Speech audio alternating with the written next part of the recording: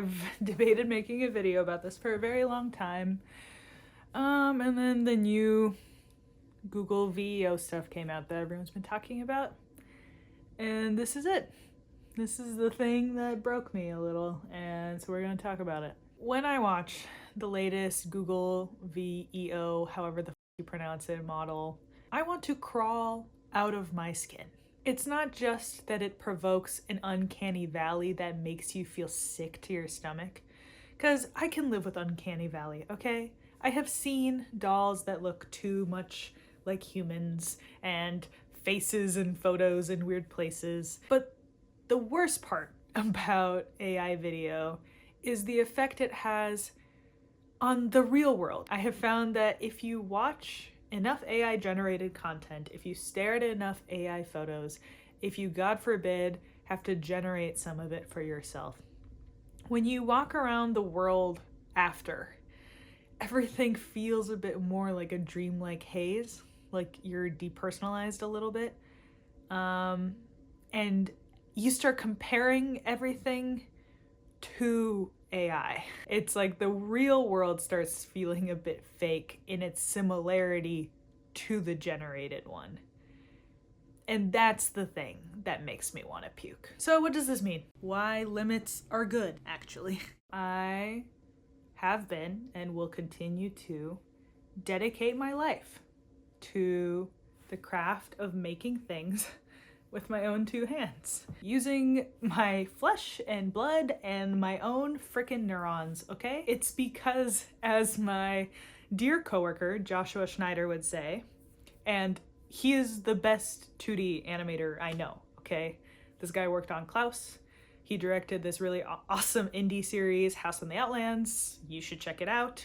No AI in that. I'll put it in the link. But anyways, what he has taught me as my mentor is he's like, humans are incredibly limited. We are stupid, dumb monkeys with relatively bad motor skills. And that is what makes art so impressive, is people overcoming those limitations. It's to get to listen to someone playing the piano in total mastery of the skill and to think, I cannot believe a human is playing Mozart or Bach like that. You know, when AI learned how to do chess, people were like, oh, the era of human grandmasters is done. But guess what? There are still human grandmasters. You know why? Because it turns out no one gives a shit about watching computers play chess perfectly every time. They were only ever impressed by the stupid monkeys being incredibly thoughtful about thinking 50 steps ahead with our incredibly limited resources. Sure, AI doesn't have the same limitations we do. It doesn't have hunger. It doesn't have rent to pay. It doesn't need to sleep. It won't go on strike. It doesn't have to recover from a messy divorce. It doesn't have self-doubt. It doesn't have the untimely death of a child. It doesn't have to worry about when it's going to die either, okay? So why the f*** would I give a shit about what it has to say about my life? I want to fight my carpal tunnel and my weak veins and my biases to make something beautiful that people find comfort in watching, because it reminds them of life instead of life reminding them of AI because they've seen so much of it. Step 2, grieving. I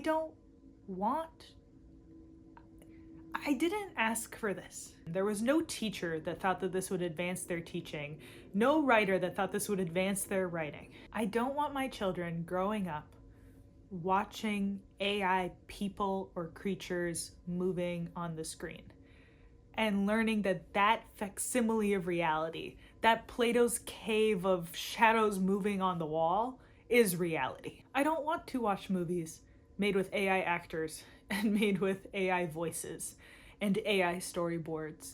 I wanted to be like how Van Gogh looked at the street lamp outside his window and was so possessed by its beauty that he had to scribble it down in ink on the letter that he was writing to his brother just so that he could see the beauty of that too. I am grieving on YouTube, ironically, because I hear that grieving publicly helps, that it helps to feel not alone. And we are going to need to be not alone in this happening, okay?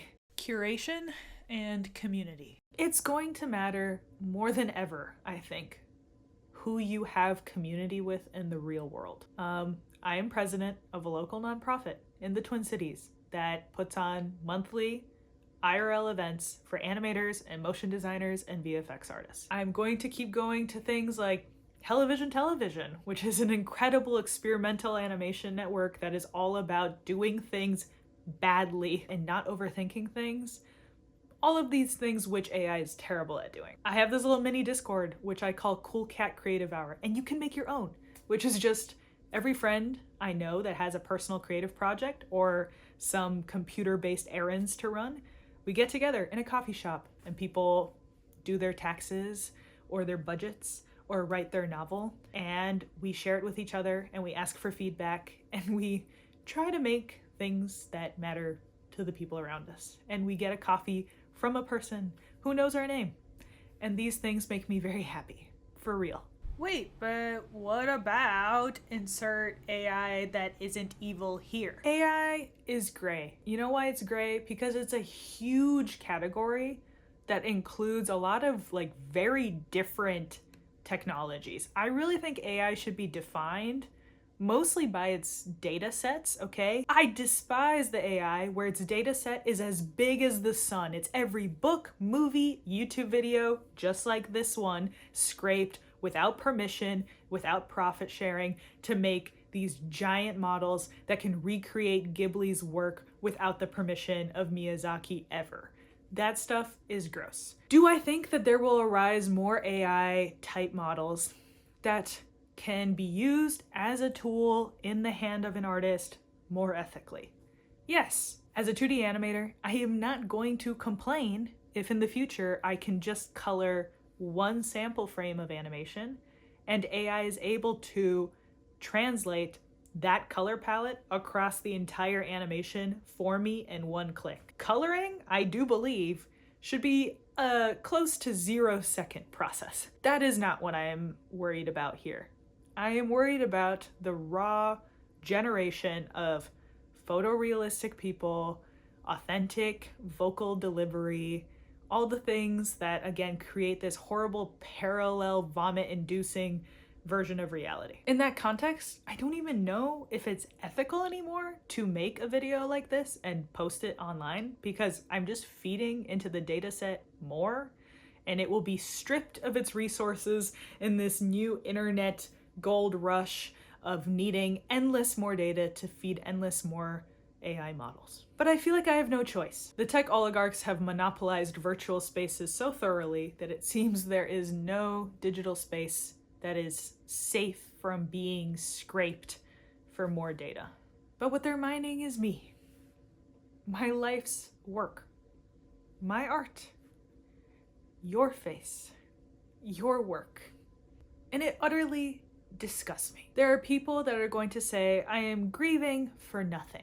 For my artistry is going nowhere. In fact, a whole new world of artistry is being unlocked before me if I would just open my eyes to the storytelling possibilities of AI, okay? And for that I have an anecdote. It's about the very first creative writing class I ever took. I was a 9th grader. I was in high school. I had a very good teacher. And what happened was we had our very first assignment, which was that we were going to just write a fictional story, maximum, I believe, 2 pages. And for the longest time, I agonized because I was a really terrible goody two-shoes. I love doing things by the book, going all through school. And I wanted to impress. I wanted my sharp wit and intellect to pierce through the heart of this English teacher and be convinced that I was the star pupil she had been waiting for. So I angsted over what I was going to write about. And I came up with a very majestic sounding idea, okay? It was going to be a woman painter in the Renaissance, scorned by the community. And I described the idea to my English teacher in advance because I wanted to make sure it was a good idea before I started writing it. Just made sense. I was like, hey, can I run this by you really quick? And she nodded her head and she listened. And then she said, I cannot evaluate if this will be a good story or not. And I was like, what? But I just told you my idea. Can you just tell me if my idea is any good? And she said, no, I don't know if the idea is any good until you've executed it. Because you can take any idea and execute it really well.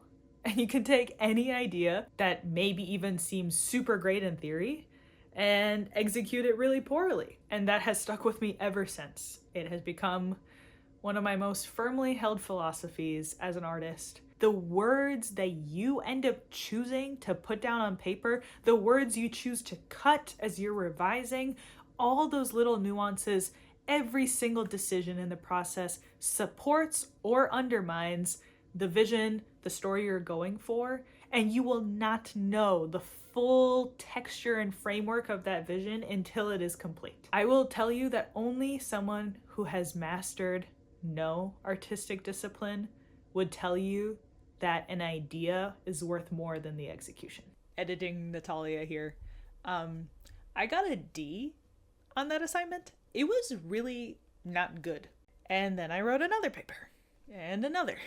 And I got better.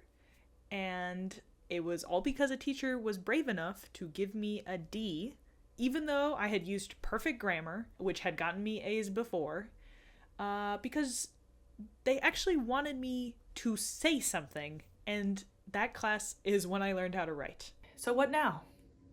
With AI slop moving on to take over YouTube and podcasts and newsletters and everywhere that AI-generated content can make it easier to turn a buck, we are going to need curation more than ever. The ability to distinguish non-slop from slop will be a valued commodity, okay? And it will matter who you know and if people know you. Be a nexus of community however you can. I don't know if it's physical zines, if it's curating the things you love in a newsletter, however you can make a pocket of world for people to engage with non-slop, do it. Because my eyes are so happy when I look at a hand-drawn film nowadays. It's crazy. I didn't know that I took it for granted, and I never will again. I'm going to be cherishing every bit of human-made art that I love in my life so much more. I want to pay attention to it and give it its dues and look at every detail that someone thought to include on purpose. I will be curating community, and I'm gonna be thinking of how to do it in the most non-slop way possible. If it comes down to making a form and a mailing list where I mail you guys a physical zine with a QR code to join a Discord server and that's where I post my videos, I will do it, okay? So let me know if you would be interested in that. If it's just having a Substack and the videos go on the Substack somehow, it could be that. Whatever it takes to make things as free of slop as possible. And if you guys have ideas on how you're going to be curating, please let me know. In the process of me editing this video, Gabby Caldera released a really great video also on AI that I really recommend you should watch. Does a really great job of placing this moment into context that artists have been here before. The issue of studios basically undermining the value of their labor has been around for a really long time, and AI is kind of just a replay of that. I would love to make a follow-up video responding to, there's kind of a general sentiment in the community of how indie animation and people basically owning their own storytelling is going to be the savior of us all. And I have a lot of trepidation about that because maybe not all of us want to be entrepreneurs and take on all the individualized risk that entails, essentially driving us down the indie game dev who mortgages their own house route to make animated shows. But but that's a video for another day. I will put a link to their video in the description somewhere. But I think I'm about to spend a lifetime making stuff with my own 2 hands for the future children I might have to be able to watch things that I want them to be able to watch. I'm working on a children's show pilot in my free time. I might make a YouTube video about it sometime. I finished a 3.5-minute long 2D animated film that I drew by hand that I've been working on for over 4 years. I finished it in February, outside of my 9-to-6 job. And it means a lot to me to be showing it in film festivals this year and seeing people in real life react to the thing that I made with my hands. I'm going to be releasing the trailer on here, hopefully, on YouTube soon. And I'm going to be trying to stay angry because I'm going to need it if I want to feel like I don't want to give up. Thanks. Bye. If you had the chance to tell your story